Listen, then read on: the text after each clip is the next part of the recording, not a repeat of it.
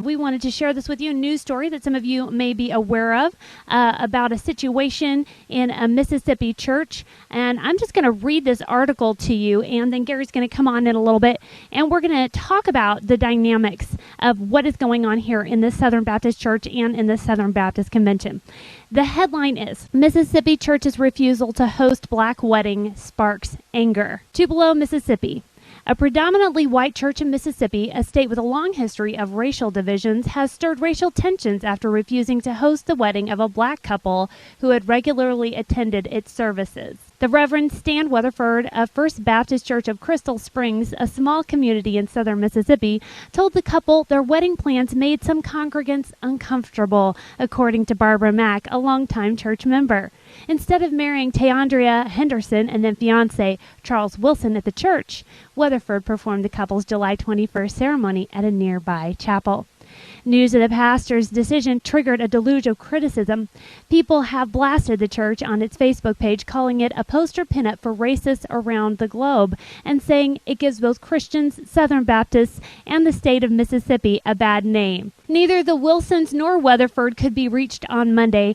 The phone line at the church had a continuous busy signal, and Max said workers probably took the phone off the hook after being bombarded by media calls. We've been misreported that we're a racist church and we don't welcome blacks, she said. This is not the truth. Max said most of the church's 700 or 800 members would have welcomed the Wilsons' wedding, but she said she stood behind the pastor's decision to relocate it. Remember that statement.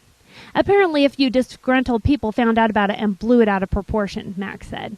The Wilsons had agreed to move it. They had understood the situation and that everything was going to be okay, she said. Weatherford had no idea that they would cause a problem. The controversy comes just a month after the Southern Baptist Convention, with which the First Baptist Church of Crystal Springs is affiliated, elected the first black president in its 167-year-old denomination's history. The church is trying to distance itself from its early ties to slavery and become more diverse. Jim Futrall, executive director of the Mississippi Baptist Convention Board, said on Monday that the denomination rejects racial discrimination but respects the autonomy of its local churches to deal with difficulties and disagreements. Futrall noted Mississippi's long journey for right racial relationships, a nod to the southern state's legacy of discrimination against African Americans and central role in confronting it during the civil rights movement and since. While there may be hurts, wrongs, and mistakes that must be addressed, the context for this to happen is in a historical church with a genuine caring pastor and thoughtful leaders who are seeking to do right, Futrall said in a statement. In a statement issued on Sunday and posted online, the deacons at the First Baptist Church say, our many ministries are open to everyone and have been for many years. We would never consider doing otherwise. In the coming days and weeks, our congregation will gather as a body of believers to pray and seek God's blessing and direction as we move forward. Derek Johnson, president of the Mississippi State Conference NAACP, said he was meeting with the Wilsons on Monday. So, Monica, did anybody say that it was wrong? You've read a couple of other articles on this. Have you heard a statement from the Southern Baptist leadership that it was wrong yet? According to the headlines, the leadership of the Mississippi Baptist Convention did acknowledge that it was time for a change, but nowhere in the article do I see any mention of a victim. Who is the victim?